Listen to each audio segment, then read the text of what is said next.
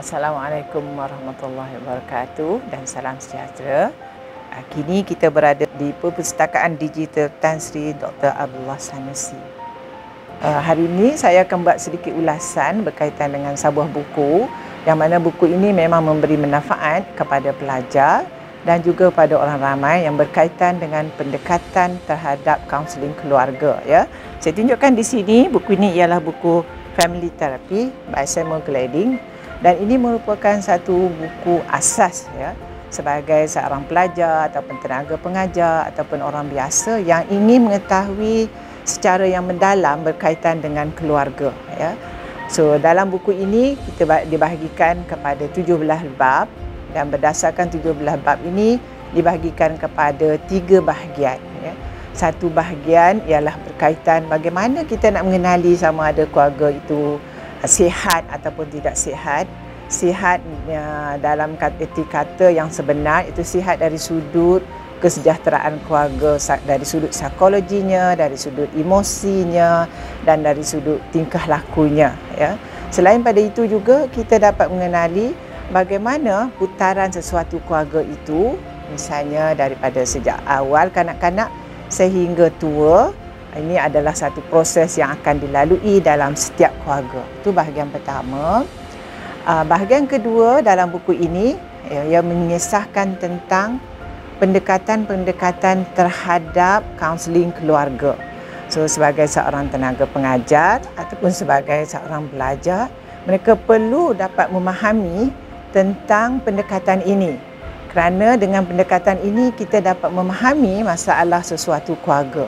So ada pelbagai pendekatan yang telah dibuat, yang telah dikaji dan telah didirikan yang mana kita boleh guna pakai untuk semasa kita membantu suatu keluarga yang bermasalah ya. Sebagai contohnya, dibagikan satu pendekatan yang berdasarkan struktur keluarga itu ya. Bagaimanakah ahli-ahli dalam keluarga itu berstruktur dalam family-nya untuk mengenal pasti sebagai fungsi ia atau memainkan peranan dalam keluarga tadi.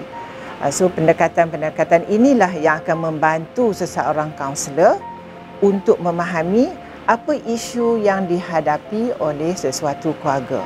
So saya syorkan bahawa setiap mereka yang ingin mengkhusus dalam kaunseling keluarga seperti mana dalam pelajar-pelajar kaunseling, pelajar-pelajar sarjana kaunseling di OUM, kaunseling keluarga merupakan salah satu kursus elektif yang mana ramai student mengambilnya. So untuk menjadi seorang pakar dalam kaunseling keluarga, untuk memahami keluarga, saya syorkan buku ini sebab berdasarkan bahagian kedua dalam buku ini yang mengisahkan tentang pendekatan-pendekatan untuk kita gunakan semasa kita berhadapan dengan keluarga yang bermasalah. Jadi pendekatan-pendekatan itu telah diterangkan secara terperinci ya dalam buku ini. Dan bahagian ketiga pula ialah isu-isu yang semasa di dalam keluarga seperti isu penagihan dadah, isu penderaan ya, kemudian isu-isu tekanan dalam keluarga semasa Covid. So perkara-perkara ini adalah penting untuk pelajar dan orang ramai ataupun tenaga pengajar ya, untuk memahami kenapa isu itu timbul. Bagaimana misalnya kaunselor mengenal pasti sama ada isu itu berlaku ataupun tidak berlaku.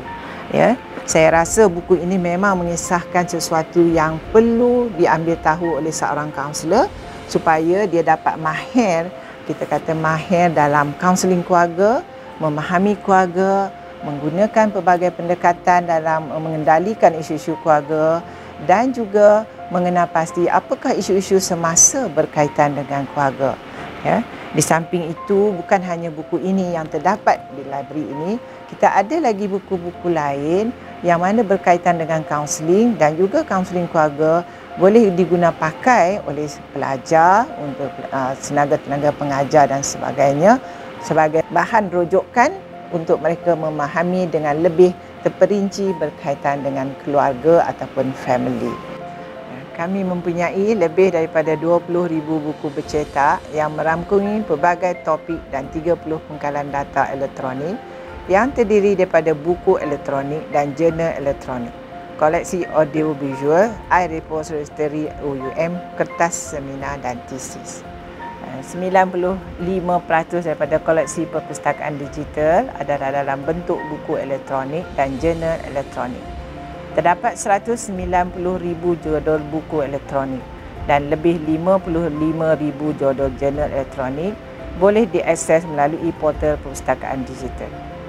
So, saya rasa sebagai seorang pelajar, kita perlu mendapatkan buku ini, perlu membaca, memberi perhatian yang teliti ke atas buku family therapy ini ataupun buku kaunseling keluarga, di samping buku-buku lain yang berkaitan dengan kaunseling. Di perpustakaan digital Abdullah Sanusi ini menyediakan pelbagai bahan bercetak dan juga bahan elektronik, sama ada buku elektronik ataupun jurnal elektronik. So bahan-bahan ini sangat membantu saudara-saudari untuk mendalami lagi isu-isu berkaitan dengan kaunseling keluarga sebagai asas untuk menjadi seorang kaunselor yang berpengalaman dalam isu-isu keluarga.